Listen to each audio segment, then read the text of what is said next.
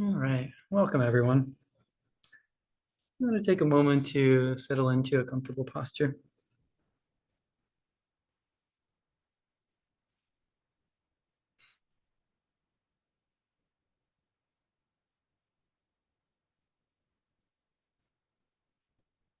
Just settling into the body,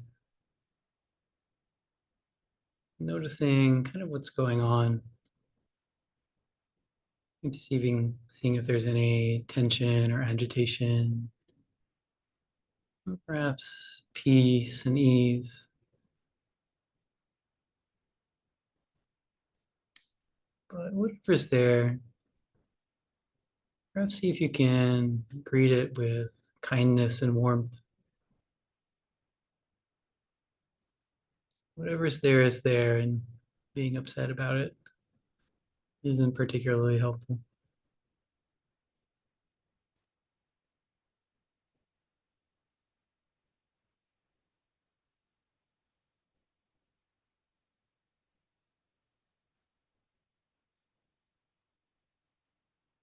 We might start with a few deep breaths.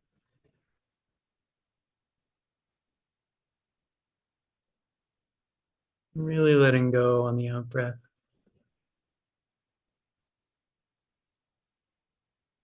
leaning into that feeling of relaxation.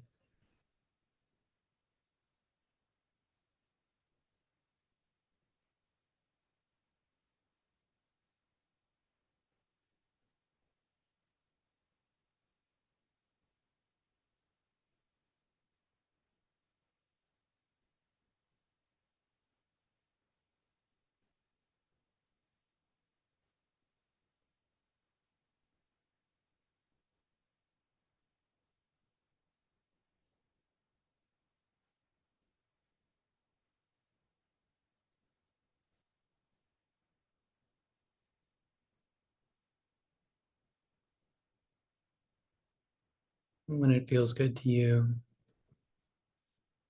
you might let go of the deep breaths and let your attention rest on the breath at the heart center.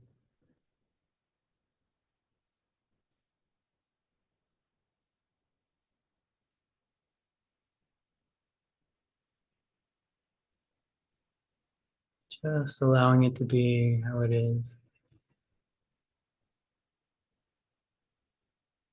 Simply noticing.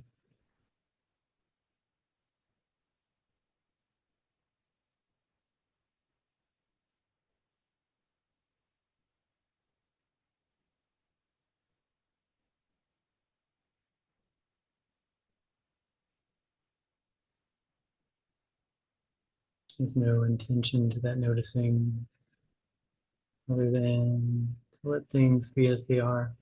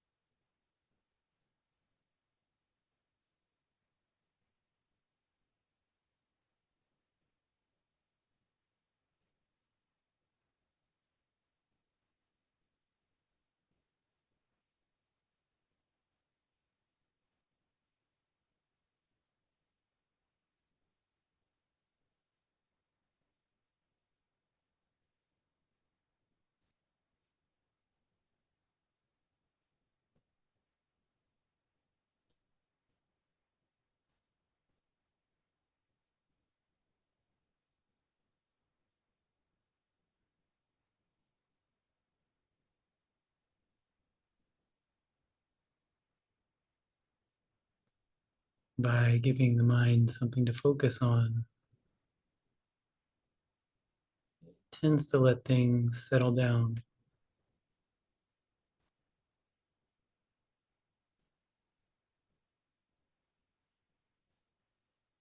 Not always, but often as we focus in this way, the turmoil that's been present throughout the day, we'll have time to wind down and dissipate.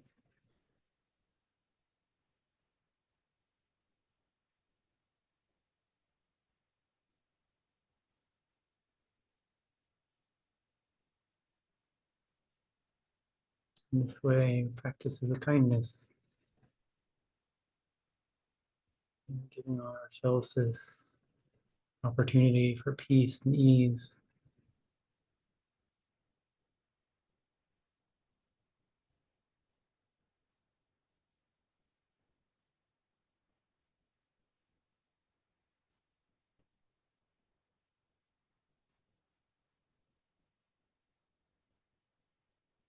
It's a great way to approach practice. It's a kindness for yourself and for others.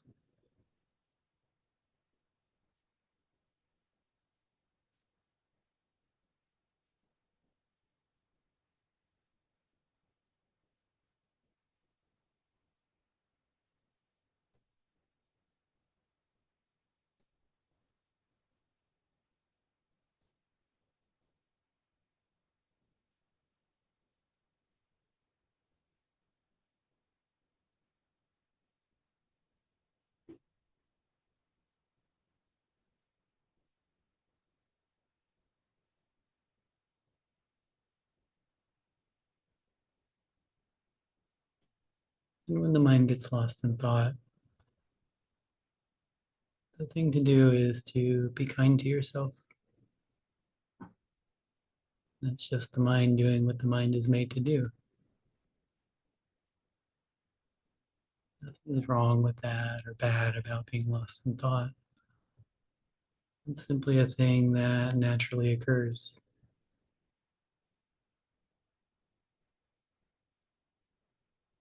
You might see if you can't accept that with kindness.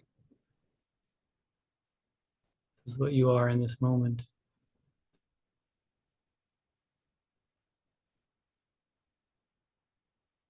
And that's okay.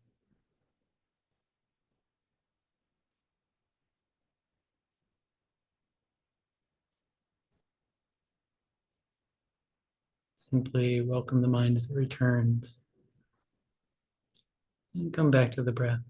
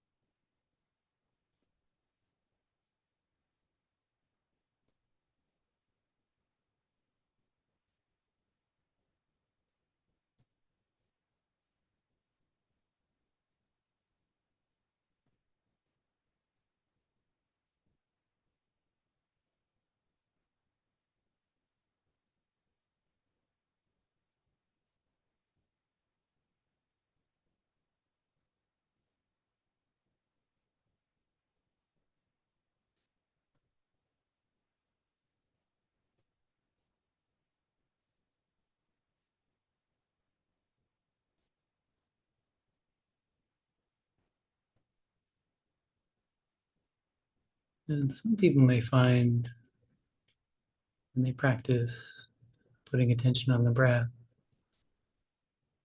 that the quality of attention is different depending on which part of the breath is noticed. Some people might find that if they let attention rest on the breath at the belly, there's the quality of deep stillness. And some people might find that if they put attention on the breath at the nostrils, it might be particularly helpful for concentration. And some people might find that if they put attention on the breath at the heart center, there might be a quality of warmth and welcoming, and even kindness to attention.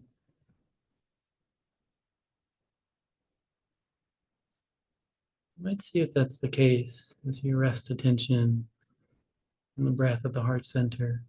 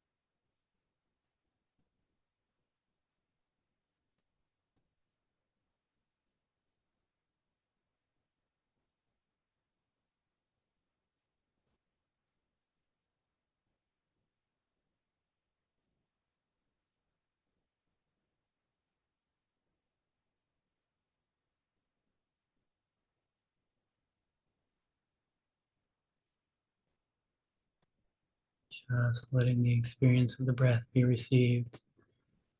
Warmth and kindness, whatever it is, pleasant or unpleasant.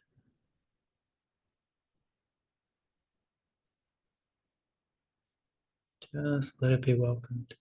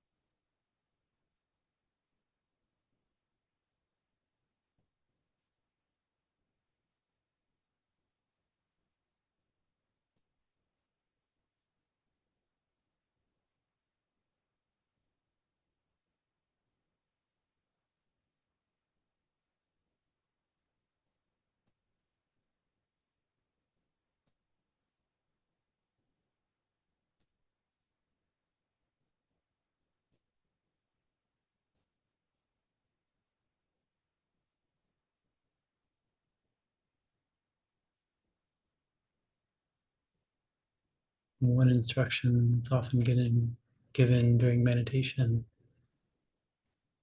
is to place a little smile on your lips. It doesn't have to be a big smile, but something very small.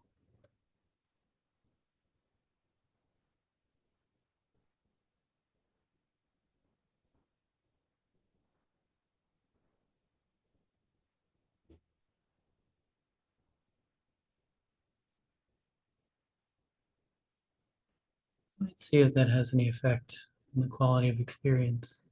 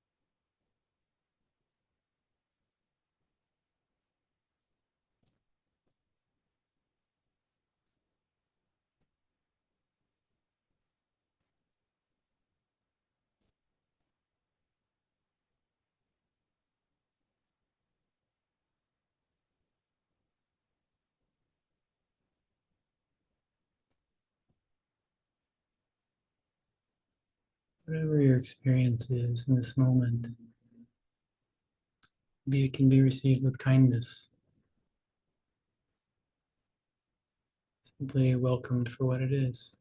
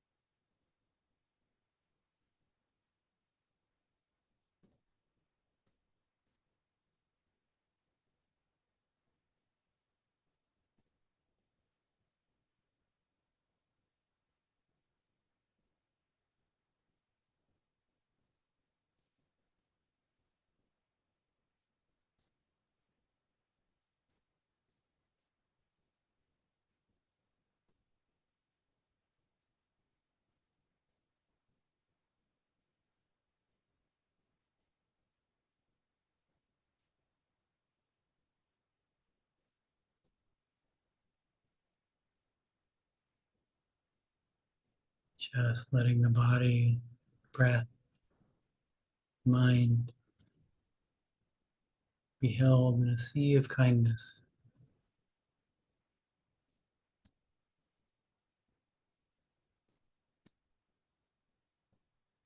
Everything is welcome.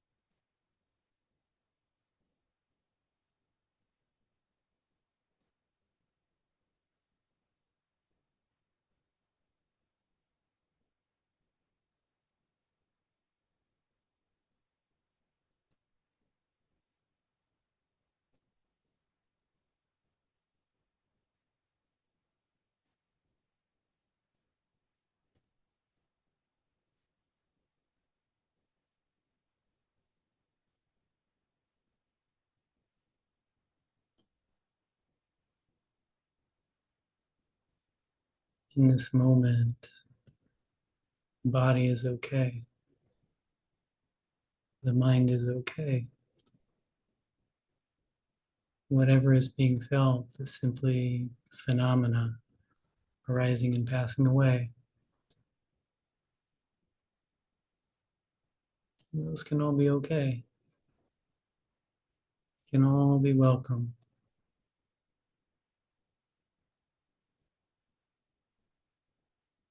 Simply rest.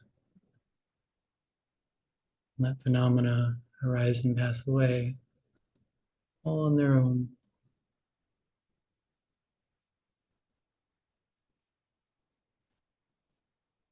Whatever experience is in this moment, it's okay.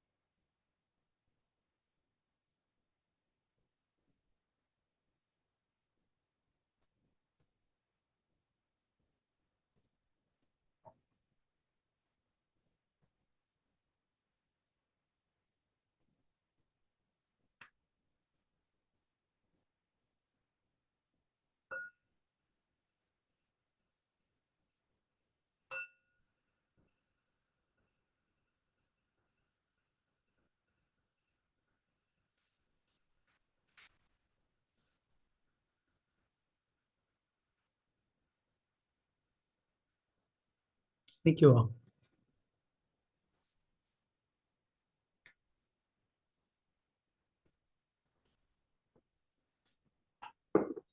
Hi, Charlie.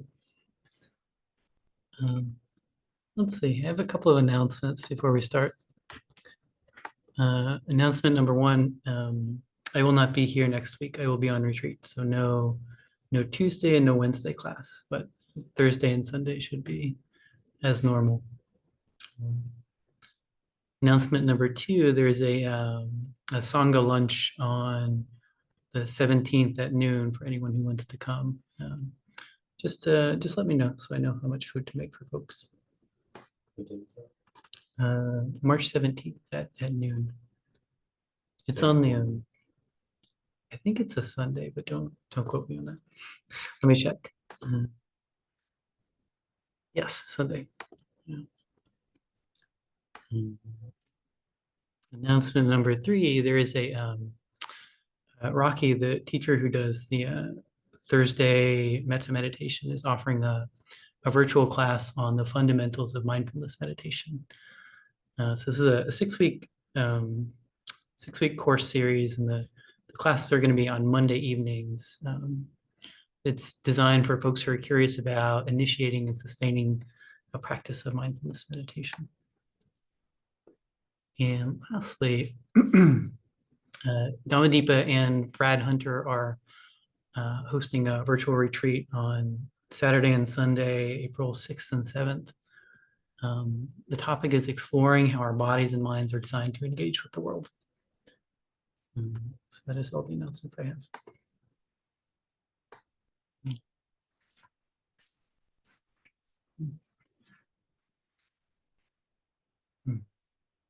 Okay, well, I'd like to start off tonight with a story that I read recently. I found this in Road and Track. So Alex Benigno is known as the Atlanta Magnet Man, thanks to the magnetized trailer he's attached to his bicycle. And I've seen a picture of it. It's like one of those little dog trailers, if you've seen them for bikes. They're like this big or so. And he rides his bicycle and trailer around Atlanta, picking up metal debris before it can cause damage to car and motorcycle tires. He's got a magnet attached to the bottom of it. He rides about 10 miles per day and picks up an average of 6 pounds of metal. Benigno first got the idea during the pandemic when motorists were staying off the roads, the local news station reports. Even with reduced traffic, his car and motorcycle tires were getting punctures due to metal fragments on the road. He felt that when traffic returned to normal, the problem was only going to get worse and more motorists would be affected. So he took it upon himself to come up with a solution.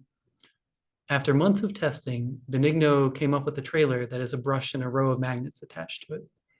He hitches the trailer to his bike as he rides around the Atlanta area. And as he rides around the Atlanta area, nails, screws, and even the occasional bullet are picked up before they end up causing a flat tire. Anyone who's ever had to suffer through the expense and inconvenience of a flat can surely appreciate what Benigno is doing. He says, this is Benigno. We can lift these nails and screws from our streets and prevent them from taking that which we hold most dear, our time, our money, and our precious tires. So in a 2-month period, he said he's collected over 410 pounds of metal debris from Atlanta roadways. He reportedly donates all the metal he collects to local artists in the area. He provides this service in his spare time and doesn't charge anything for it. He's simply trying to help his fellow commuters. The saying that not all heroes wear capes certainly applies to Benigno. There's no telling how many tires he saved thanks to his clever and selfless acts. And even if it's only saved a single tire, the effort has been worth it. So that was the article.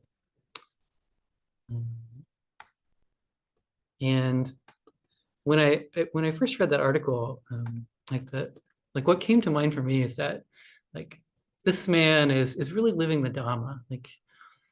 I have no idea if he knows about meditation or any of the kind of frameworks for the Dhamma, but this orienting your life around helping others, that's living the Dhamma. That's living the Dhamma. And so I wanted to talk about that tonight, the idea of kind of living your life in a kind of simple way, with just like spreading kindness in the world. That's the topic of my talk tonight. And this is in like what he's doing is in great contrast to what our kind of conventional idea of a good life is. Society has some room for the idea that being kind to others is a good thing, but I don't think we really have the idea of like kindness as a way to live your life, as a kind of cultural archetype we can tap into. And so the story that we get from the world is that living a good life involves fulfilling your desires, basically.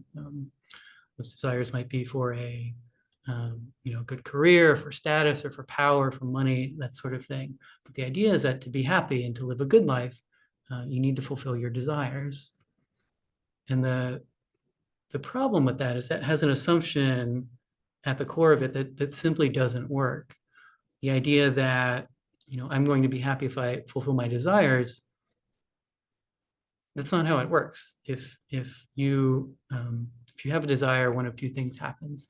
Either you don't fulfill your desire, in which case you're unhappy, or you do fulfill your desire, and then you may get some temporary happiness. But the lesson that the mind learns from that is that the way to be happy is to solve my problems and to fulfill my desires.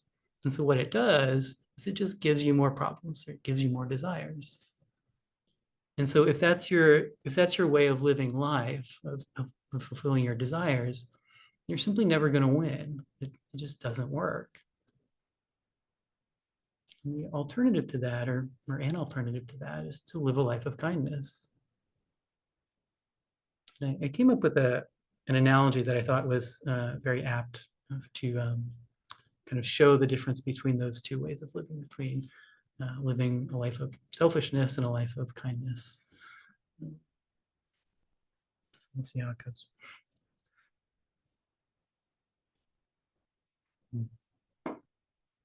So you may have had the experience of driving down the road, and you're just kind of driving, doing your own thing, and a car just kind of roars past you, and perhaps it comes on a couple of cars in front of you, and it's like tailgating the cars and switching back and forth, trying to pass one. Maybe it eventually passes the cars, and maybe maybe the person in the car is honking and like yells some unkind things out the window, and just roars off and comes upon more cars and keeps doing that sort of thing. And you're just kind of driving and doing your own thing, and you pull up to a stoplight and you look over, and it's that guy. It's that guy. And so this kind of selfish way of living, where you're just trying to fulfill your own desires, might be like that guy in the car. You're moving through life looking out for you, and not worrying about what kind of harm or agitation that you cause to others. And you're moving through life, expending all this effort, trying to accumulate all this stuff, and you get to the stoplight. And on the other hand, you have the person who just kind of goes through traffic with ease, and perhaps lets people in when it's appropriate, and also pulls up to the stoplight. Right? So I think that's a really good metaphor for those two ways of living. Both kinds of people get to the same place at the end. The selfish person is going to die, and the kind person is going to die. The selfish person is going to spend their life trying to accumulate things and status and power that when they die become meaningless. It doesn't. When you die, it doesn't matter how well respected you are, or how much you've acquired. It's just, it doesn't matter to you. But what does live on is the effects of your intentions as you move through life. This is karma. So if you go through life angry and agitated, and you're going to cause a lot of suffering in the world from the others around you. But if you go through life, acting in kind ways, you spread happiness and kindness and peace and joy to others, and they in turn continue to spread that on to others as well. So it ripples out. So that's maybe a way to think about the difference between the two kind of ways of living your life.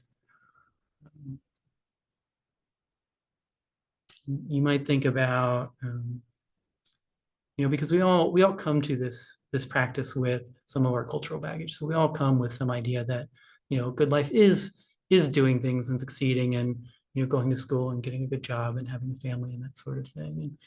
And so we all come from that place, but you might be open. You might see if you're open to perhaps shifting the metric of what it means to live a good life from that place of like trying to fulfill your own goals to looking at the effects of your life, looking at the kind of karma you put out in the world. And that doesn't have to be done all at once. You don't need to make a kind of sort of momentous decision to like never be kind or never be unkind again, and only act with kindness. I've been to many Dhamma talks where I get kind of fired up and I get like, I'm on board with the idea and I have these great intentions for what I'm going to do, in the next day. And, sometimes it doesn't happen. That's just how it works. But the nice thing about living a life of kindness is that it's kind of a completely different setup from living a life where you're trying to get things and make things happen. Like if I wanted to be a professional soccer player, being a professional soccer player requires like lots of practice and getting into a good training school, and I'm not even sure what it requires, but tryouts or something like that. And so if I at age 39 suddenly decided that I wanted to be a professional soccer player, that's not going to happen. But deciding to live a life of kindness is not like that. It doesn't require planning or forethought like that. You simply just start being kind. It's a completely different way of coming at things. The analogy I have is like, imagine you have a little seedling and you want the seedling to become a great tree. What you don't do is you don't dump a whole bag of fertilizer on it and like dump a whole bucket of water on it. You just give it a little bit of nourishment. It grows a little bit. You give it a little more and it grows some more. They're two like very different approaches to things. So I think starting to live this way involves just simply being kind, and maybe in like very, very small ways. Next time you go to the store, say something kind to the store clerk, or somebody you meet in an elevator, say something nice about their shoes. I heard a lovely teaching from a teacher that I respect a lot. And it's such a lovely teaching because it's like so simple and so actionable.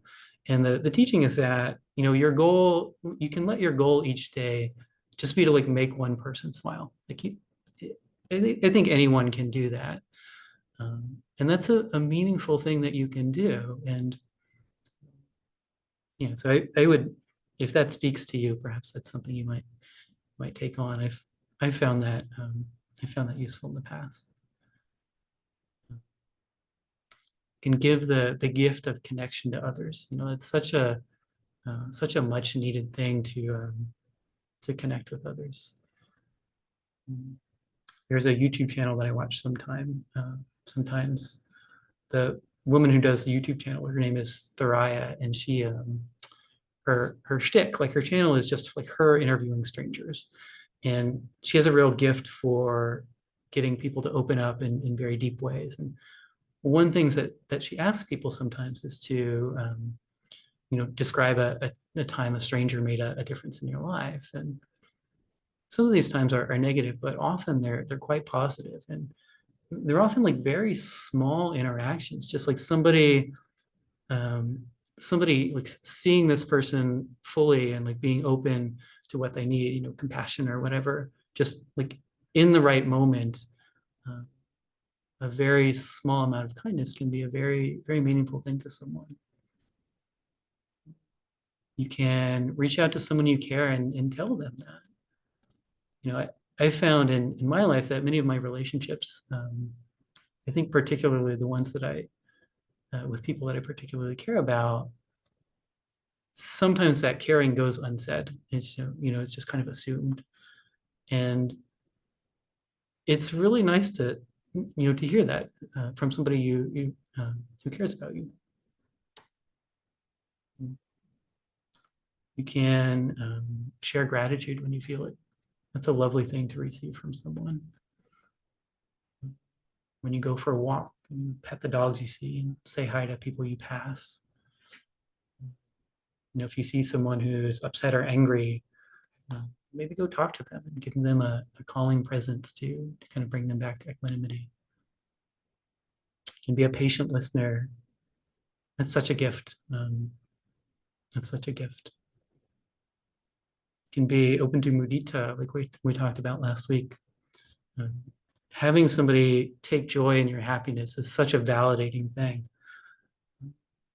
It's a real gift. This one is something I like to do. I don't know if this is everybody's cup of tea, but I like to tell dumb jokes to people. They're the kind of jokes that, like, the worse they are, the better they are. I guess not everybody likes those, but so I try to be like careful with who I share them with. But it can be so nice to just have this like unsolicited reason to laugh and be happy.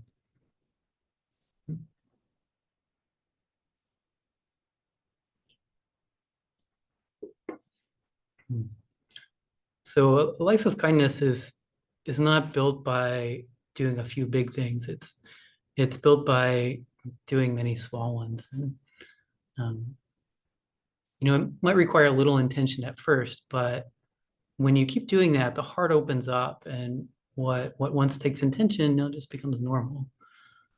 That attention kind of gets baked into how you see the world and how you move through the world.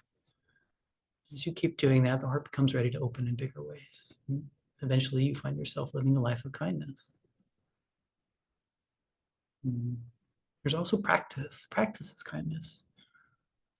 I was hoping to kind of get at that during the meditation today. This is the Buddha's words. This is from SN 20.3. We will develop the liberation of the heart by love. We will often practice it, make it a habit of it, make a habit of it, an objective of it.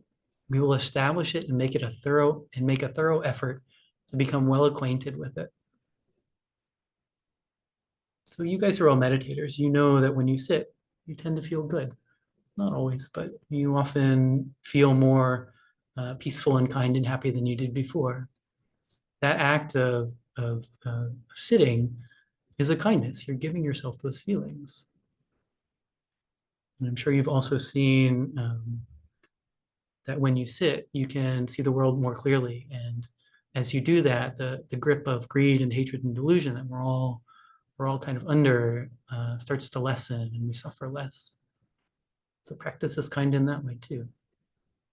And I'm sure you've seen the effects of your practice propagate to others.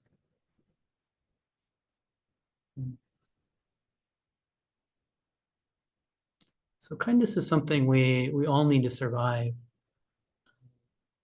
I don't think people really understand that. It's like we know we need food and water and air to survive, but we also need kindness to survive too. If you hate yourself, and if you feel that the people around you hate you, and if you feel that the world hates you, you're not going to survive very long. That's not a way you can really live.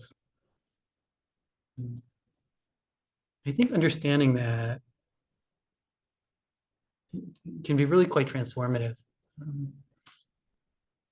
I guess the analogy I have is that imagine you're out, hiking or something, and you're going down the trail, and somebody kind of bursts out onto the path, and they're upset, and they're clearly in a state, and they say, I've been lost in the woods, and I haven't eaten anything in a week, and can I please have some of your food?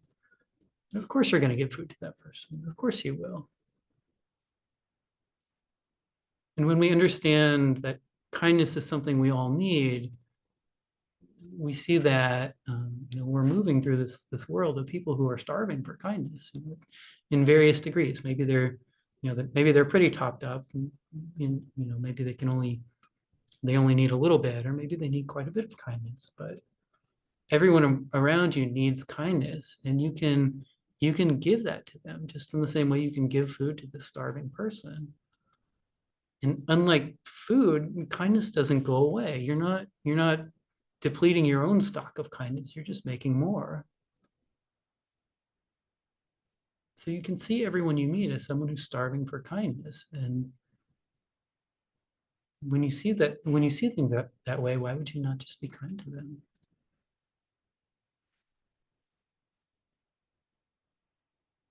Being kind to others is also being kind to yourself. The experience of being kind feels really good. I know you all know that. It feels right. It feels, there's an understanding of this is how we should be. You can feel that when you're kind. We know we should be this way. And so if you're kind to someone, you give yourself this lovely feeling. As we act with kindness more and more frequently, this rouses positive qualities in us. You begin to become more and more open and more appreciative, more compassionate and happy. Greed and hatred and delusion, and therefore suffering, start to fade.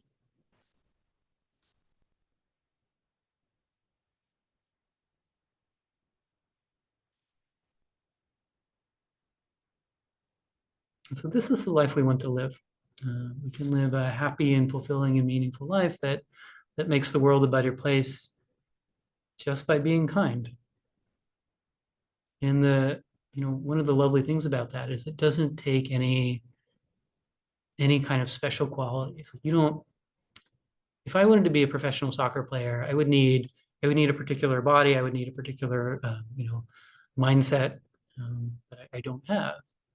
If I wanted to be rich or somebody important, I would need certain things.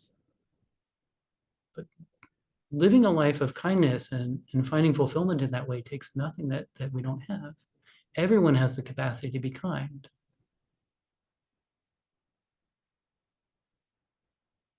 And so that's the option that's open to us. We can live a life of selfishness, or we can live a life of kindness. And if we want to do the latter, it simply starts by just being kind in the moment. It builds from there. That's what I have for you all today.